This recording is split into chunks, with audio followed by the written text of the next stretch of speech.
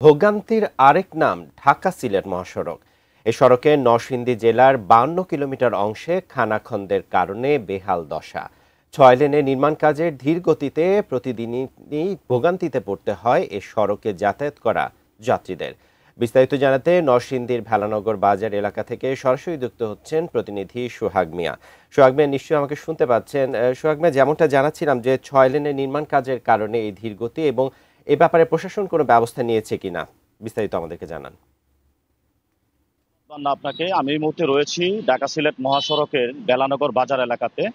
প্রশাসনের তরফ থেকে আসলে দায়সারভাবে কাজ চালিয়ে যাচ্ছে তারা। এই কাজটি 2021 সালের 1 জানুয়ারি শুরু হয় এবং ঢাকা থেকে সিলেট পর্যন্ত এর দূরত্ব হচ্ছে 265 কিলোমিটার, যার মধ্যে নরসিংদী অংশের দৈর্ঘ্য 52 কিলোমিটার এবং এই 52 কিলোমিটারের বেশ কয়েকটি অংশে উড়াল সেতু, কালভার্ট নির্মাণ সহ বিভিন্ন নির্মাণ কাজ চলার কারণে রাস্তাটি সরু হয়ে এসেছে এবং রাস্তাটি সরু হওয়ার কারণে এখানে দীর্ঘ যানজট সৃষ্টি হচ্ছে। এখানে এই ঢাকা সিলেট মহাসড়কের নরসিংদী অংশ দিয়ে প্রায় 9টি জেলার মানুষ যাতায়াত করে।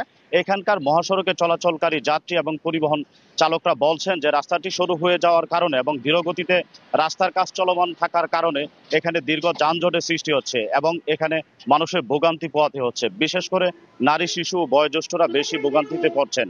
এ বিষয়ে ঢাকা সিলেট মহাসড়কের দায়িত্ব থাকা যে নির্বাহী প্রকৌশলী রয়েছে তার সাথে আমরা কথা বলেছি। তিনি জানিয়েছেন যে নানা জটিলতায় কাজটি গতি পাচ্ছে না, বিশেষ করে ভূমি অধিগ্রহণের সমস্যাটি এখনো সমাধান হয়নি।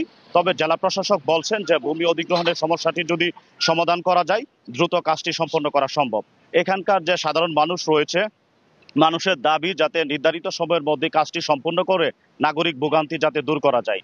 2026 সালে 31শে ডিসেম্বর এই কাজটি শেষ হওয়ার কথা রয়েছে। এ ছিল নরসিংদী থেকে সবশেষ খবর।